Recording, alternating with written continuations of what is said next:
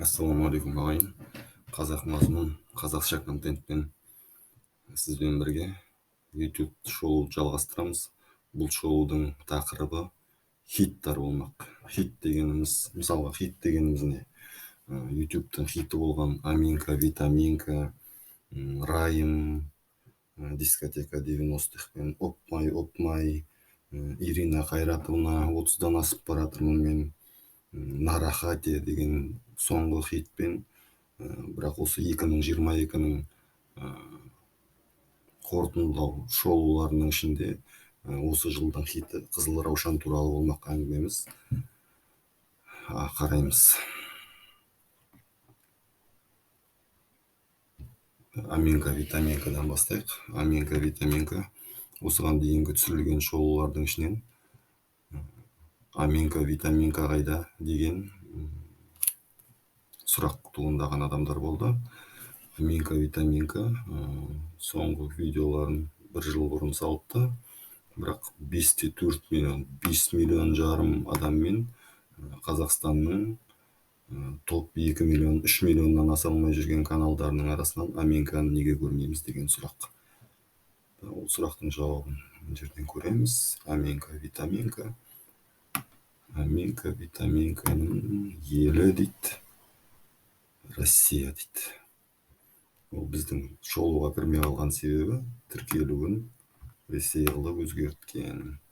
Бірақ соның өзінде ол биылғы жылы $498 мың пайда тапқан екен. Осы канал, Аминка, Витаминканың каналы 498 мың пайда тауыпты. Бұл Аминкада кезінде хит болған, бірнеше жыл бойы ол видеолары сол бұрынғы салған, соңғы видеосы 1 жыл бұрын салынған видео, 2 жыл бұрынғы салынған видеолармен әлі пайда тауып жатыр. Және биылғы жылдың табысы ол үшін $498 мың болған екен. Одан ары қарай қазақтың бәрі білетін Опмай деген хит болған. Опмай хит, Опмайдың адамдары қайда деген, олар неге топтың ішінде жоқ деген сұрақтың жауабы, олар топта бар екен. Ол жерде адамдар емес, Той Думан деген канал, көріп отырмыз 110 миллион Опмайдың просмотры Той Думан каналын сол хиттардың ішіне шығарып тұр екен. Кешегі шоулардың ішінде Той Думан бар. Енді бұл Опмайға байланысты бір нәрсе айтып кетуім керек. Мына жерде мынандай видео қазақтың көбі көрген болу керек, себебі қазақ 20 миллионнан аз, бірақ 22 миллион рет көрілген. Тіпті Қазақстанда YouTube пайдаланатын адамдар 4 миллионның үстінде деген бәлен сағат дегенде статистика бар, оларға да бұйырса болашақта келеміз. Бірақ осы Опмай мына жерде осындай видеоға Опмайдың аудиосын салынған мынандай каналға кезіктік. Бәрінде көрген болулары мүмкін. Опмай туралы тек осы жерге тоқтайық. Бұл канал кімге тиесілі екенін білмеймін. Жаңағы бір түйір сол видеоны салған, 74 мың подписчик жинаған, 22 миллион просмотр жинаған, биыл $121 мың пайда тапқан. Опмай туралы хиттардың ішінен осыны. Және Опмайдан басқа хит болған, бұрынғының хиті болған Райым қайда деген сұрақ. Райым бар екен, міне Райым отыр, шаруасымен айналысып жатыр, бірақ ол DD Records деген болған үшін, андай звукозаписывающий мекеме, сондай мекеме деп, оны кешегі қазақтардың арасына қоспай кеткенбіз.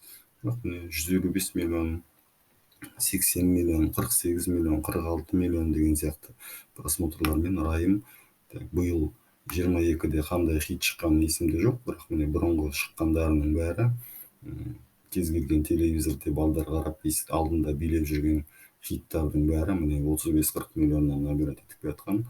Осы DD Records қанша тапқанын көріп жүрейік.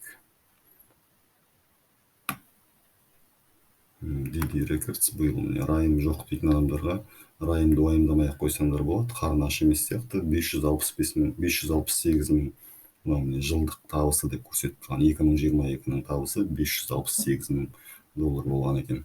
Опмайға тоқтадық. Енді Ирина Қайратовна қайда? Ирина Қайратовна деген Ghost Entertainment деген канал. Оларды өздерінің канал екенін білемін. Ол жерде міне Ирина Қайратовнаның да түгел хиттары бұрынғы 12 миллион көрсетілген, әртүрлі 5 миллион, 8 миллион, 30-дан асып барамын өзі.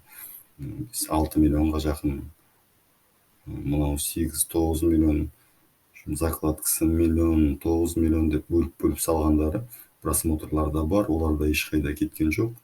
Так, осы каналдың табысын көріп жіберейік. Биылғы жылға 2022-ге олар 205 мың, осы канал 205 мың пайда түсіртті.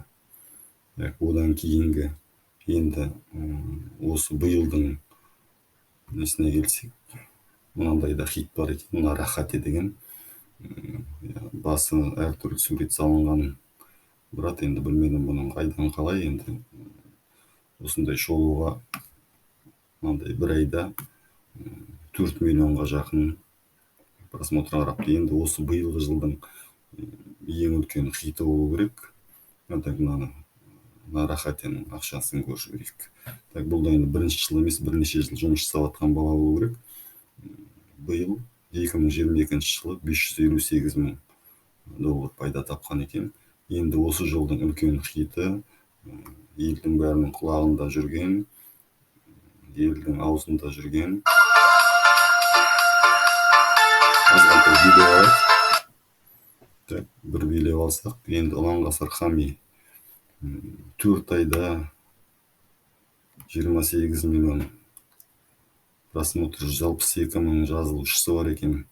Биыл Ұланғасыр Хами осы хитмен қосылып, және басқа да әндерімен қосылып, қанша пайда тапты екен көрейік.